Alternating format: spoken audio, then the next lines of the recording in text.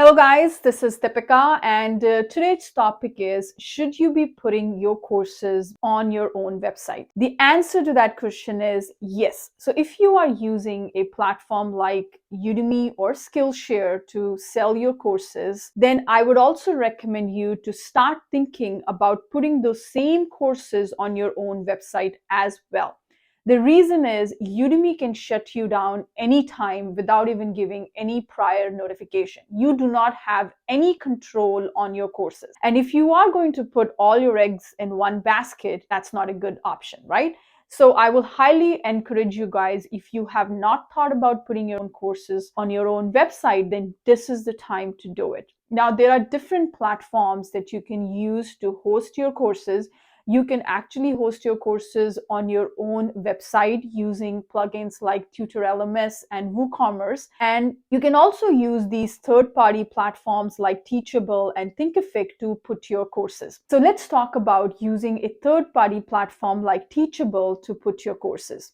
Now, there is a price that you have to pay to Teachable in order for you to host your courses, but you can make a lot more money in a long run. I'm not saying take your courses out from Udemy, because Udemy is a great place to market your courses. Udemy is going to bring you a lot of students, but that can be your entry point. And through that Udemy, you can actually drive traffic to your own website as well. And you can start hosting courses on your own website and charge much more higher, because as you know, Udemy is a game of quantity over quality. Even though you are putting your courses for $100 or more, majority of the sales on Udemy are less than $10. And sometimes as an instructor, you are only being paid $2 for a sale, even if you have created a great quality course. Yes, Udemy is a great place if you are starting out, but if you are looking to make a lot of money and if you're looking to charge higher for your courses, then hosting your courses on your own website is a great option for you.